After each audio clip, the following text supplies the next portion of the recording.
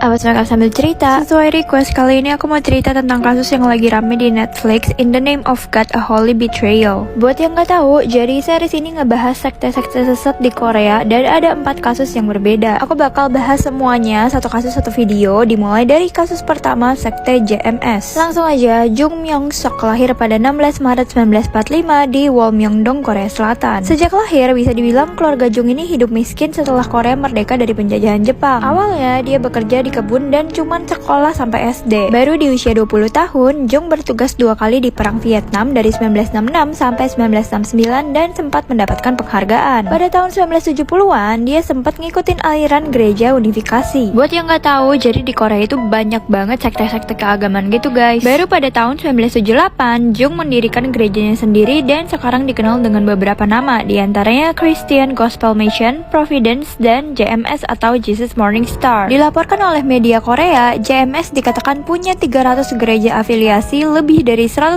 pengikut di Korea Selatan, dan lebih dari 10.000 pengikut di seluruh dunia. Di antaranya ada negara Australia, Amerika, Kanada, Inggris, Jerman, Afrika Selatan, Jepang, Taiwan, dan Hong Kong. Dan herannya ya, yang jadi pengikut sekte ini banyak banget orang yang berpendidikan dan punya pengaruh. Nah, di JMS itu emang diajarin apa? Kenapa pengikutnya bisa banyak banget? Jadi, Jung Myung Sok walaupun cuma lulusan SD, di mata pengikutnya dia adalah sosok yang cerdas. Dia menjelaskan isi Alkitab secara ilmiah dan dia mengaku sebagai Tuhan atau Mesias. Dia sering bilang gini di khotbahnya, kalau Anda tidak bisa melihat Tuhan, lihat saja saya. Anda tidak perlu mencari Tuhan, sayalah Tuhan itu. Walaupun sebenarnya ya sesat, banyak orang merasa hal yang diajarkan itu masuk akal. Gak cuman itu, menurut pengakuan mantan pengikut JMS, Jung ini juga sempat memberikan beberapa ramalan dan beneran kejadian. Tapi gak sampai ajaran sesat aja, Jung ini belakangan diketahui merupakan seorang penjahat seksual. Jadi JMS ini tuh memang target utamanya mahasiswa di kampus-kampus besar di Korea. Di antaranya kalau kalian tahu yang top banget itu ada Sky, Seoul University, Korea University, sama Yonsei University. Udah gitu, mereka juga punya kriteria buat ngerekrut perempuan. Biasanya dicari yang cantik dan tinggi. Katanya perempuan-perempuan ini bakal dijadiin mempelai Mesias yang gak lain adalah Jung Myung Sok. Nah, perempuan yang jadi mempelai inilah yang didorong untuk berhubungan tidak senonoh dengan Jung dengan alasan untuk penyucian secara agamis. Mirisnya, para korban ini gak sedikit yang masih di bawah umur dan gak ngerti apa-apa. Bener-bener udah kayak dicuci otak. Bahkan beberapa korban ada juga yang malah jadi pelaku, dimana dia bakal cari korban selanjutnya buat berhubungan sama Jung Myung Sok. Sampai akhirnya pada 20 Maret 1999, Jung Myung Sok pertama kali mendapat tuduhan pelecehan seksual oleh pemberitaan stasiun TV SBS. Pihak SBS bahkan menghubungi 100 korban dari Jung untuk membuktikan hal ini. Tapi seperti seorang pengecut, Jung Myung Sok malah kabur ke luar negeri, mulai dari Taiwan, Malaysia, Hong Kong, Jepang, sampai Cina, dan hal ini berlangsung selama 8 tahun. Di 2001, dia sempat diinvestigasi di Taiwan karena kasus pelecehan juga, tapi lagi-lagi dia kabur. Di tahun 2002, dia juga udah masuk daftar orang yang dicari sama Interpol. Terus pada 2003, lagi-lagi dia ditangkap kali ini karena masa tinggal visanya udah lewat di Hong Kong. Namun setelah 3 hari, dia bayar denda dan dibebasin. Tapi pas pihak Hong Kong ini mau deportasi Jung Myung Sok ke Korea, lagi-lagi dia kabur. Barulah pada 1 Mei 2007, Jung berhasil ditangkap di Cina. Pada 20 Februari 2008, dia dijadwalkan untuk disidang dengan kasus pelecehan dan juga penggelapan uang gereja. Dia pun akhirnya dijatuhi hukuman penjara selama 10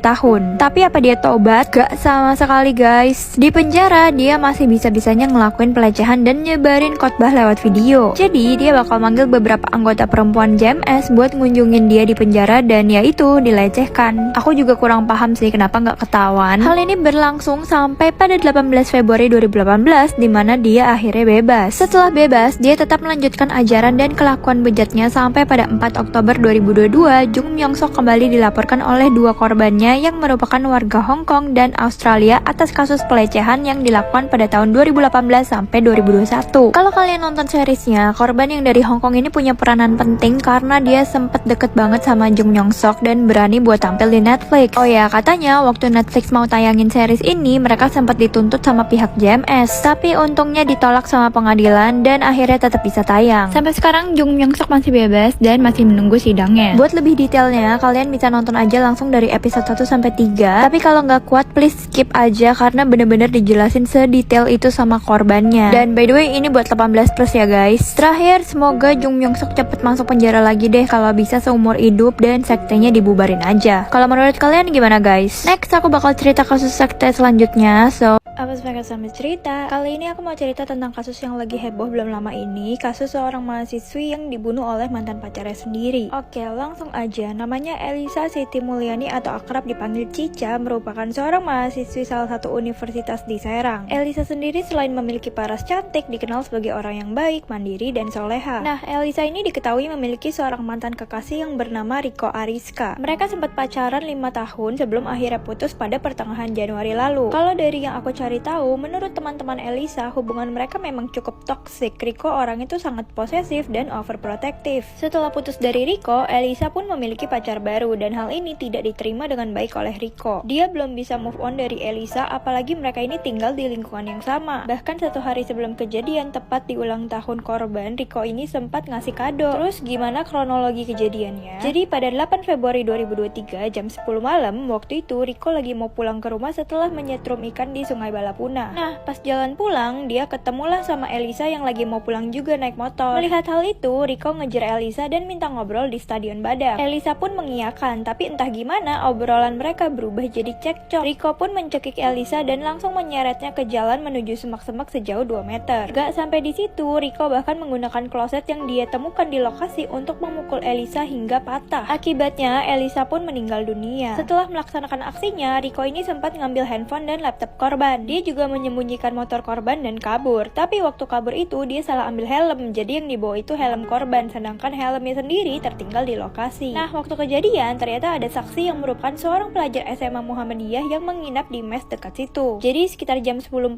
malam, pelajar ini sempat ngedengar suara keributan. Dia pun memberitahu rekan satu mesnya dan mereka pergi untuk melerai. Tapi ternyata pelaku berhasil kabur. Untungnya 1 jam kemudian pelaku berhasil ditangkap. Setelah diinterogasi, Riko mengaku kalau dia tega membunuh Elisa lantaran sakit hati. Aku juga lihat katanya Riko ini sempat bohong dan bilang kalau Elisa ini selingkuh yang nyebabin dia sakit hati. Tapi ternyata kenyataannya nggak gitu ya guys. Mereka memang udah putus dan pelaku ini nggak bisa move on. Pas ditangkap, Riko ini mengaku menyesal. Akibat perbuatannya, Riko terancam hukuman maksimal 15 tahun penjara untuk pembunuhan dan 7 tahun penjara untuk penganiayaan yang menyebabkan kematian. Semoga dihukum seberat-beratnya ya. Oke deh, segitu dulu. Rest in peace Elisa dan turut berduka cita untuk keluarga dan teman-temannya. Kalau pacaran hati-hati ya guys. Next cerita apa lagi?